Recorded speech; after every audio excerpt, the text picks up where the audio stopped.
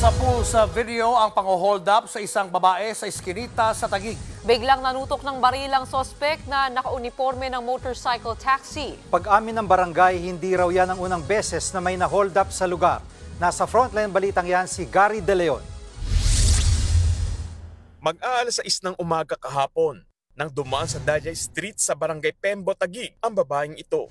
Nakabuntot sa kanya ang isang lalaki na naka-uniforme ng pang-motorcycle taxi. Ilan saglit pa, naglabas ng baril ang lalaki sabay hablot sa bag ng biktima.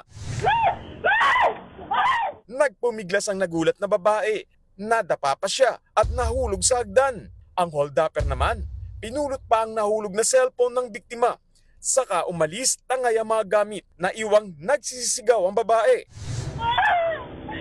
Kuya!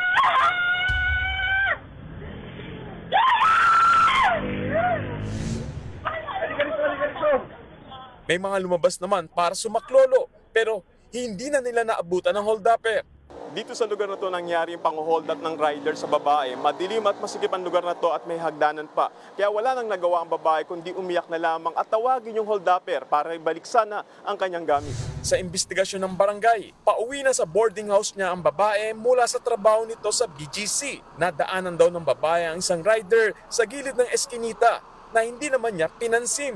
Ang hindi alam ng babae, ito na pala ang hold-upper na nag-aabang na mabibiktima.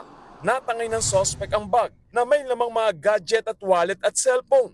Aminado ang barangay na nagiging pugad ng holdapan at krimen ang Dahlia Street. Nahahati raw kasi sa dalawang barangay ang lugar at malapit lang sa C5 kaya mabilis na nakakatakas ang mga holdupper.